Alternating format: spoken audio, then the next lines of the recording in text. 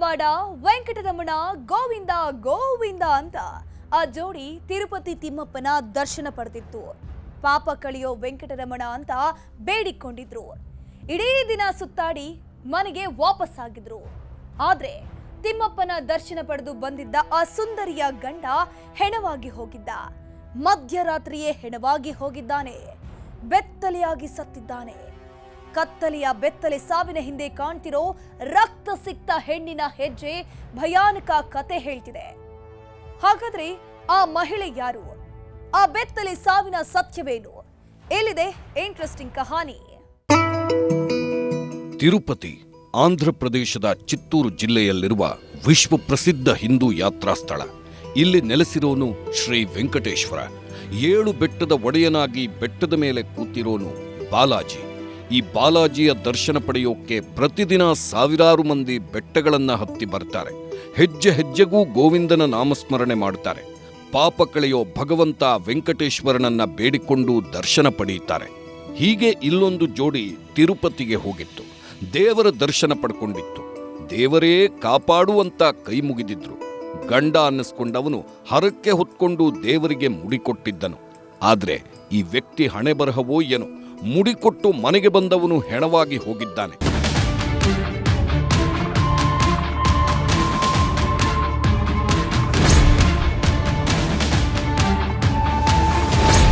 ವಿಧಿ ನೀನೆಷ್ಟು ಕ್ರೂರಿ ಎನ್ನಬೇಕೋ, ವಿಧಿಯ ಆಲೋಚನೆಗಳಿಗೆ ದಿಕ್ಕು ದೆಸೆ ಇಲ್ಲ ಎನ್ನಬೇಕೋ ಗೊತ್ತಿಲ್ಲ. ತಿರುಪತಿ ತಿಮ್ಮಪ್ಪನ ದರ್ಶನ ಪಡೆದು ಹೆಂಡತಿ ಜೊತೆ ಮನೆಗೆ ಬಂದವನು ವಾಪಸ್ ಸಿಕ್ಕಿರೋದು ಹೆಣವಾಗಿ. ಅದು ಕೂಡ ಮೈಮೇಲೆ ತುಂಡು ಬಟ್ಟೆ ಇಲ್ಲದೆ ಸಂಪೂರ್ಣವಾಗಿ ಬೆತ್ತಲೆಯಾಗಿದ್ದ ಸ್ಥಿತಿಯಲ್ಲಿ.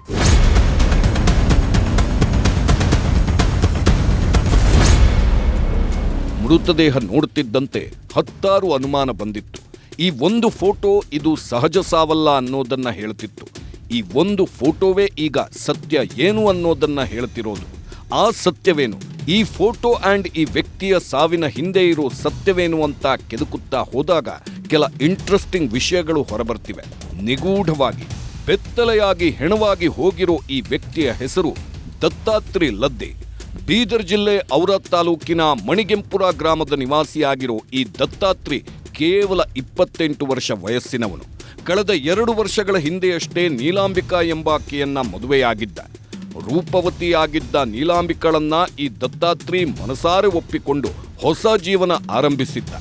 ಮದುವೆ ಆದ್ಮೇಲೆ ಹೆಂಡತಿಯನ್ನ ಪ್ರೀತಿಸೋಕೆ ಶುರು ಮಾಡಿದ್ದ. ಹೆಂಡತಿಗಾಗಿ ಏನು ಬೇಕಾದ್ರೂ ಮಾಡುವಷ್ಟು ಪ್ರೀತಿಸುತ್ತಿದ್ದ. ಒಂದು ಕ್ಷಣನೂ ಬಿಟ್ಟಿರ್ತಿರ್ಲಿಲ್ಲ. ಇಂತಹ ದತ್ತಾತ್ರಿ ಹೆಂಡತಿ ಜೊತೆ ತಿರುಪತಿಗೆ ಹೋಗಿ ಮನೆಗೆ ವಾಪಸ್ಸಾಗಿ ಶವವಾಗಿ ಸಿಕ್ಕಿದ್ದಾನೆ.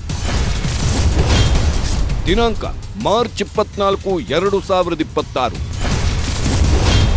ತಿಮ್ಮಪ್ಪನ ದರ್ಶನ ಬಳಿಕ ಆ ರಾತ್ರಿ ನಡೆದಿದ್ದೇನು?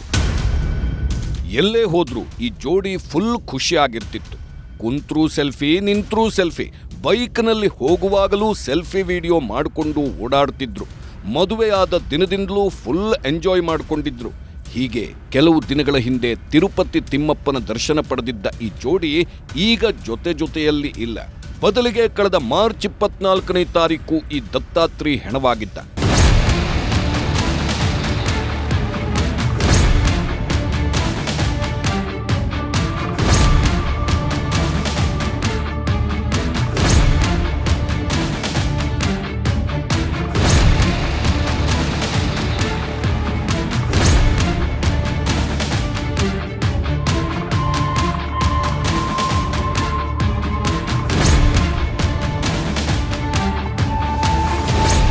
ಸಾವಿನ ಬಳಿಕ ತಕ್ಷಣ ಪೊಲೀಸ್ ಠಾಣೆಗೆ ಹೋಗಿದ್ದ ನೀಲಾಂಬಿಕಾ ಅಂತ ದೂರು ಕೊಟ್ಟಿದ್ದಳು. ಹತ್ಯೆಗೆ ಕಾರಣ ಸಾಲ, ಅದು ಕೂಡ 15 ಲಕ್ಷ 25 ಲಕ್ಷ ಸಾಲ ಮಾಡಿದ್ದ. ಆ ಸಾಲಗಾರರ ಕಾಟಕ್ಕೆ ಕೊಂಡಿದ್ದಾನೆ ಅಂತ ಕಂಪ್ಲೇಂಟ್ ಕೊಟ್ಟಿದ್ಲು. ಪೊಲೀಸರು ದೂರು ದಾಖಲಿಸಿಕೊಂಡಿದ್ರು. ಆದ್ರೆ ದತ್ತಾತ್ರಿ ಕುಟುಂಬಸ್ಥರು ಹೇಳ್ತಿರೋದೇ ಬೇರೆ. ದತ್ತಾತ್ರಿ ಪತ್ನಿಯೇ ಕೊಲೆ ಮಾಡಿಸಿದ್ದಾಳೆ ಅಂತ 10 ಅನುಮಾನಗಳನ್ನ ಹೊರಹಾಕಿದ್ದಾರೆ. ಮುಖಾಟಿ ಹಾಕಿ ಬಿಚ್ಚಿದ್ರಂತ್ರಿ, ಇವ್ರು ತಗೊಂಡ್ರಂತ ಹೋದ್ರಂತ ಪೋಸ್ಟ್ ಮಾರ್ಟಮ್ ಮಾಡಿದ್ರಂತ ಪ್ಯಾಕ್ ಮಾಡಿ ಊರಿಗೆ ಕಳ್ಕೊಟ್ರಿ. ನಾವ್ ಯಾರ ಮನೆಗಿನೋರಿದ್ದೆ, ನಿಮ್ದು ಏನು ಪರ್ಮಿಷನ್? ನೀವ್ ಯಾರು ನಮಗೂ ನಮ್ ಗಾಡಿ ನೀವು ಬಿಚ್ಚೋ? ನಮ್ ಪರ್ಮಿಷನ್ ಇದ್ರೆ ನೀವ್ ಯಾಕೆ ಬಿಚ್ಚಿದ್ರಿ? ನಾವು ಬರ್ತಿದ್ದೇವೆ, ಯಾರ ಮನೆಗಿನ ರಕ್ತ ಸಂಬಂಧ ಯಾರ ಇತ್ತು ನಮ್ದು ಏನಿತ್ತು ನಾವು ಹೇಳ್ತಿದ್ದೆವು, ಕಾನೂನು ಪ್ರಕಾರ ನಡೀತಿದ್ದೇವೆ ನಾವು ಬಿ. ಅಡುಗೆ ಮನೆಯಲ್ಲಿ ಬೆತ್ತಲೆಯಾಗಿ ಸತ್ತಿದ್ದೇಗೆ. ಮದುವೆಯಾದ ಹೊಸದರಲ್ಲಿ ಈ ಜೋಡಿ ಬೀದರ್ ನಗರದಲ್ಲಿ ವಾಸವಿತ್ತು. ಅದೊಂದು ಡಿಜಿಟಲ್ ಅಂಗಡಿಯಲ್ಲಿ ಕೆಲಸ ಮಾಡಿಕೊಂಡಿದ್ರು. ಏನೇನೂ ಸಮಸ್ಯೆ ಇಲ್ಲದಂತೆ ಇಬ್ಬರೂ ಜೀವನ ಮಾಡಿಕೊಂಡಿದ್ರು. ಆದರೆ ಈ ನೀಲಾಂಬಿಕಾಗೆ ರೀಲ್ಸ್ ಹುಚ್ಚು ಜಾಸ್ತಿ ಇತ್ತಂತೆ. 5-6 ಅಕೌಂಟ್ಗಳನ್ನಿಟ್ಕೊಂಡು ಬರೀ ರೀಲ್ಸ್ ಮಾಡಿಕೊಂಡು ಕಾಲ ಕಳೀತಿದ್ಲಂತೆ. ರೀಲ್ಸ್ ಮಾಡಿಕೊಂಡಿರಬೇಡ ಅಂತ ಕುಟುಂಬಸ್ಥರು ಆಗಾಗ ನೀಲಾಂಬಿಕಾಗೆ ಬೈತಿದ್ರಂತೆ. ಈ ನಡುವೆ ಕಳೆದ 6 ತಿಂಗಳ ಹಿಂದೆ ನೀಲಾಂಬಿಕಾ ಗಂಡನನ್ನ ನೈಸ್ ಮಾಡಿ ದುಡಿಯೋದಕ್ಕೆ ಹೋಗೋಣ ಅಂತ ಹೈದರಾಬಾದ್ಗೆ ಕರ್ಕೊಂಡು ಹೋಗಿದ್ಲು. ಹೈದರಾಬಾದ್ನ ಆಸಿಫ್ ನಗರದಲ್ಲಿ ಮನೆ ಮಾಡಿಕೊಂಡು ಜೀವನ ಮಾಡುತ್ತಿದ್ರು. ಆದರೆ ಈ ನೀಲಾಂಬಿಕಾ ಹೊರಗಡೆ ಹೋಗಿ ಬರುವಷ್ಟರಲ್ಲಿ ದತ್ತಾತ್ರಿ ಸೀರಿದಂತೆ, ಅದೂ ಕೂಡ ಬೆತ್ತಲಾಗಿ.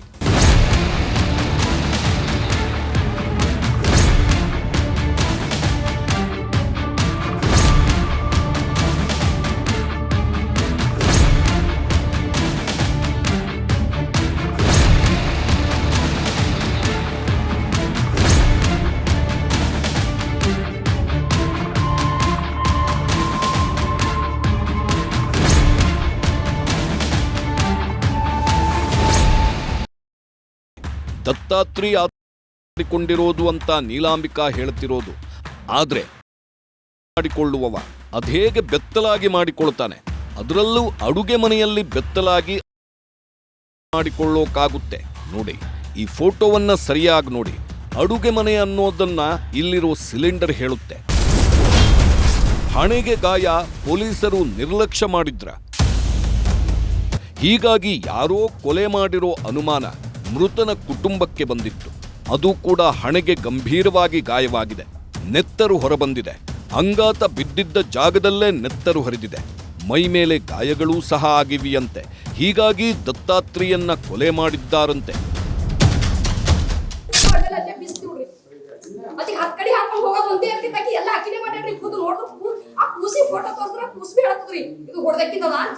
ಇಷ್ಟು ರಕ್ತ ಬಿದ್ದದ್ರಿ, ಪೂರಾ ಈಟ್ ಅಡ್ಡಲ್ರಿ, ಗಡ್ಡಿ ಗಡ್ಡಿ ಬಿದ್ದದ್ರಿ. ಮತ್ ರಕ್ತ ಸೋರೇನಂದ್ರೆ ಹಿಂಗ್ ದಮ ದಮ ಗದ್ದಿಗಳ ಬರೀ ಸೋರಿನ ಪೂರಾ ತಲೆಗೆಲ್ಲ ಪೆಟ್ಟಾಗ್ಯದ್ರಿ. ಪೂರಾ ಹೊಡೆದಾರಂಬದ ಪೊಲೀಸರಿಗೆ ಗೊತ್ತಾಗಿಲ್ರಿ. ಮುಖ ಅಡ್ಡಿ ಹಾಕಿ ಬಿಚ್ಚಿದ್ರಂತ್ರಿ. ಇವ್ರು ತಕೊಂಡ್ರಂತ ಹೋದ್ರಂತ ಪೋಸ್ಟ್ ಮಾರ್ಟಮ್ ಮಾಡಿದ್ರಂತ ಪ್ಯಾಕ್ ಮಾಡಿ ಊರಿಗೆ ಕಳ್ಕೊಟ್ರಿ ನಮಗೆ.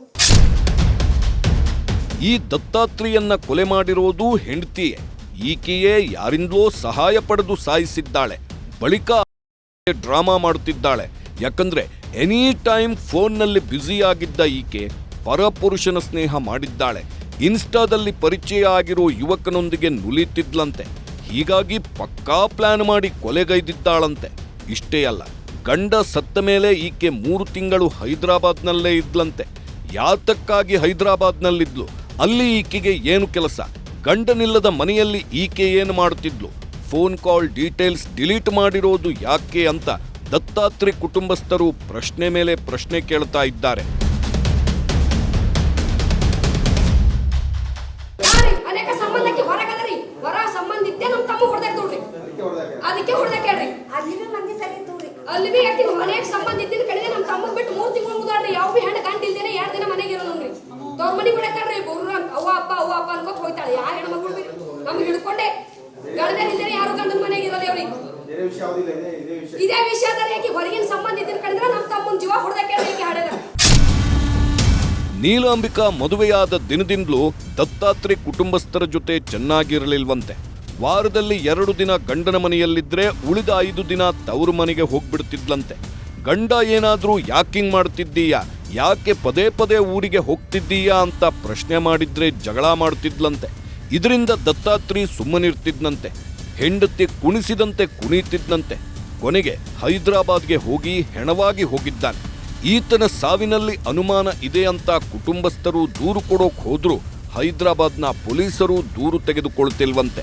ಹೀಗಾಗಿ ಮೃತದೇಹ ಹೊರತೆಗೆದು ಮತ್ತೆ ತನಿಖೆ ಮಾಡಬೇಕು, ತನಿಖೆಗೆ ಸ್ಥಳೀಯ ಪೊಲೀಸರು ಸಹಾಯ ಮಾಡಬೇಕು ಅಂತ ದತ್ತಾತ್ರಿ ಕುಟುಂಬಸ್ಥರು ಆಗ್ರಹ ಮಾಡುತ್ತಿದ್ದಾರೆ. ಎಸ್ಪಿ ಸಾಬ್ರಿಗೆ ಭೇಟಿಗಿಲ್ಲ, ನಮ್ಮ ಊರ್ಲಿಂದು ಸನ್ಪುರ್ ಠಾಣೆ ಬರ್ತದ ಅಂತ ಹೇಳಿದ್ರಿ. ಅದಕ್ಕೆ ಸನ್ಪುರ್ ಠಾಣೆಗೆ ಹೋಗಿದ್ದೀವ್ರಿ ನಾವು 4-5 ಸರ್ತಿ.